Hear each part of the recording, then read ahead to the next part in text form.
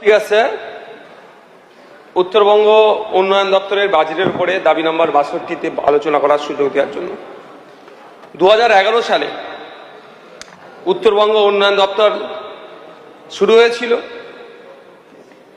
তৈরি হয়েছিল উত্তরবঙ্গের বিভিন্ন বঞ্চনার হাত থেকে মুক্তি করার জন্য। কিন্তু দীর্ঘ বছর বিগত সরকার শাসন কার্য চালাবার পরেও আমরা দেখলাম ৫,১০৭ কোটি টাকার মাত্র খরচ করেছে, বরাদ্দ সেই মতো করেনি।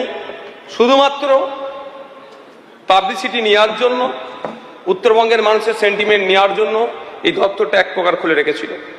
যদি এই অর্থবর্ষে ১,৮২১ কোটি টাকা বরাদ্দের ঘোষণা মাননীয় মন্ত্রী মহাশয় করছেন। স্যার, উত্তরবঙ্গ নিয়ে বলতে গেলে অবশ্যই পাহাড়, ডুয়ার্স, শিলিগুড়ি করিডর, সীমান্ত অর্থনীতির কথা বলতেই হবে। যদি না বলি আমার বক্তব্য অসম্পূর্ণ থেকে যাবে। কারণ উত্তরবঙ্গ শুধুমাত্র একটি প্রশাসনিক অঞ্চল নয়, এটি উত্তর পূর্ব অঞ্চলের প্রবেশদ্বার, আন্তর্জাতিক বাণিজ্যের করিডোর এবং পূর্ব ভারতের অন্যতম বাণিজ্য কেন্দ্র। কিন্তু দুঃখের বিষয়, এই বাজেটের সাথে এই পরিকল্পনাগুলোর অনেকটা সাদৃশ্য দেখতে পাচ্ছি না। স্যার, আমি স্পেসিফিক উত্তরবঙ্গ করিডোরকে নিয়ে যদি বলি, কৌশলগত গুরুত্ব এবং অর্থনৈতিক পরিকল্পনার অভাব। নেপাল, ভুটান, বাংলাদেশ সহ উত্তর পূর্ব ভারতের সাথে যোগাযোগের এই অঞ্চলকে কেন্দ্র করে এখানে লজিস্টিক হাব থেকে শুরু করে আন্তর্জাতিক মানের মালবাহী truck terminal, cold chain network এবং বহুমুখী রপ্তানির কেন্দ্র এখানে করা যেতে পারত। কিন্তু আমি এই বাজেটে মন্ত্রী মহাশয়কে জানতে চাই, তিনি জবাবি ভাষণে নিশ্চিতভাবে উত্তর দেবেন। এই বাজেটে শিলিগুড়িকে পূর্ব ভারতের অন্যতম আন্তর্জাতিক বাণিজ্য কেন্দ্র গড়ে তোলার জন্য কি কি পরিকল্পনা রেখেছেন? সীমান্ত অর্থনীতি স্যার, সম্ভাবনা আছে ব্যাপক, কিন্তু কাজে লাগানো হচ্ছে না। উত্তরবঙ্গের একাধিক জেলা সীমান্তবর্তী, সীমান্ত লাগোয়া জেলা, সুতরাং এখানে কৃষিজ থেকে শুরু করে পর্যটন এবং ক্ষুদ্র শিল্পকে যথেষ্ট সম্ভাবনা আছে, আমরা সেরকমভাবে কাজে লাগাতে পারছি না। স্যার, পাহাড় স্থিতিশীল উন্নয়ন কোথায়? দার্জিলিং, কালিম্পংয়ের মানুষ দীর্ঘদিন ধরেই শান্তি, উন্নয়ন এবং কর্মসংস্থানের প্রত্যাশায় আছে, কিন্তু আমরা তাদেরকে সে জায়গা থেকে বিমুখ করে রেখে দিয়েছি। স্যার, পাহাড়ের জন্য প্রয়োজন উচ্চমানের স্বাস্থ্য পরিষেবা, আধুনিক শিক্ষা প্রতিষ্ঠান। ওই গত সরকার দার্জিলিং হিল ইউনিভার্সিটি দিলেও ডিপার্টমেন্ট নাই, ফ্যাকাল্টি নাই, এই ধরনের প্রয়োজন নাই। তথ্য প্রযুক্তি এবং দক্ষ উন্নয়ন কেন্দ্র, পরিবেশ বান্ধব ইকো ফ্রেন্ডলি ট্যুরিজম দরকার, নিরাপদ পানীয় জলের ব্যবস্থা, ভূমি যে ধস হয় সেটা প্রতিরোধের জন্য অত্যাধুনিক পরিকাঠামো, স্থানীয় যুবকদের জন্য কর্মসংস্থান। সেই বিষয়টা দীর্ঘমেয়াদী কোনো পরিকল্পনায় বাজেটের মধ্যে লক্ষ্য করলাম না। স্যার, ডুয়ার্স পর্যটনের বিপুল সম্ভাবনা আছে, কিন্তু পরিকাঠামো অপর্যাপ্ত।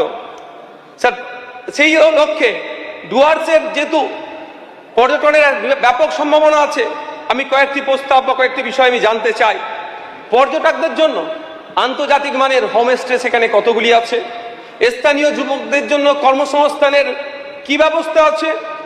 হোমস্টে, ইকো ট্যুরিজম এবং স্থানীয় যারা উদ্যোক্তা আছে তাদেরকে কি কি ফ্যাসিলিটি দেওয়া হচ্ছে, সেই বিষয়টাও এখানে থেকে যাচ্ছে।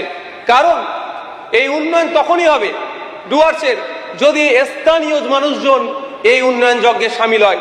নাহলে কলকাতা বা বিভিন্ন বাইরের আউটসাইডার গিয়ে ওখানে হোমস্টে বানাবে, ওখানে হোটেল বানিয়ে মুনাফা নিয়ে চলে আসলে স্থানীয় মানুষদের সেই অর্থে কোনো লাভবান হবে না। স্যার, আমি সরকারের কাছে কয়েকটা বিষয় জানতে চাই। শিলিগুড়িকে আন্তর্জাতিক লজিস্টিক হাব তৈরি করার জন্য রোডম্যাপ কোথায়?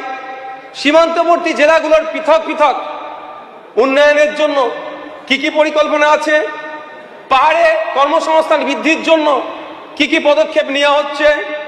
উত্তরবঙ্গকে আন্তর্জাতিক পর্যটন কেন্দ্র গড়ে তোলার জন্য কি কি পদক্ষেপ গ্রহণ করছে?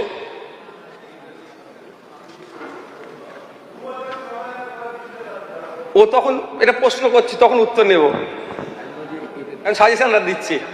স্যার উত্তরবঙ্গের উন্নয়নের কথা বলতে গেলে পুরো উত্তরবঙ্গকে একক জনে দেখানো হয়, কিন্তু এই ধারণা থেকে আমাদের বেরিয়ে আসতে হবে। 8টি জেলাকে কেন্দ্র করে 26,200 বর্গ কিলোমিটার ভূখণ্ড আছে পশ্চিমবাংলার ভূখণ্ডের মধ্য থেকে, তাকে নিয়ে একটা বৃহত্তর উত্তরবঙ্গ গড়ে উঠেছে। 8টি জেলার 8 ধরনের সামাজিক ভৌগোলিক অবস্থান আছে, যেমন দার্জিলিংয়ের কালিম্পং, জলপাইগুড়ি, আলিপুরদুয়ার, কুচবিহার, উত্তর দিনাজপুর, দক্ষিণ দিনাজপুর, মালদা, বিভিন্ন সমস্যা আছে এবং বিভিন্ন অবস্থান আছে। যদি মালদার কথা বলি, নদী ভাঙনের যে সমস্যা আছে সেটাকে দূরীকরণের জন্য আলাদা করে ব্যবস্থা নিতে হবে। দক্ষিণ দিনাজপুরের কৃষি শিল্পর একটা সম্ভাবনাময় জায়গা, আলাদা গুরুত্ব দিতে হবে।